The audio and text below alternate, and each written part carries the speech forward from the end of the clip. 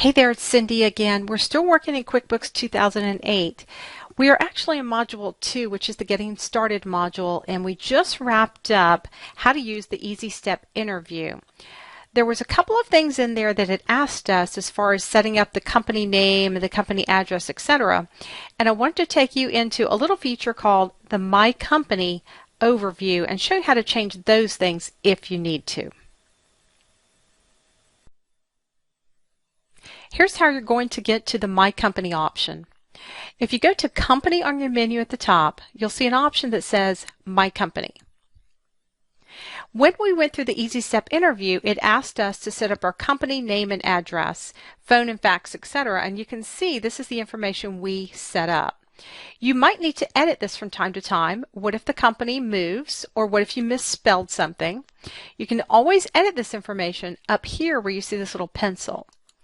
If I click on that, you can see I can edit that, and now I can plug in any information that I'd like. So if I wanted to add the phone number, for example, I could go ahead and do that. All I have to do is click OK, and then you can see it's now changed over here. Now, if you need to change the legal name and address, you can do that the same way. You click the same edit option there.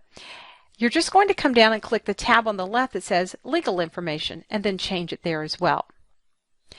If you want to change your company identification, and that's going to be your federal ID number or the social if you'd use that instead, you could actually edit that right here. There's also a tab for Report Information.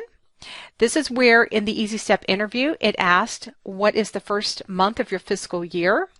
You can also here put your tax year starting month if you'd like.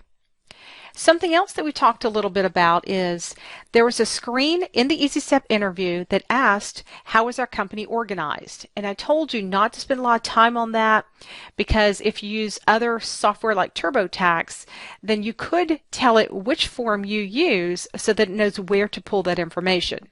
But again, if you're not using that software and you have an accountant doing your taxes, you don't need to change this. Put it on Other or None.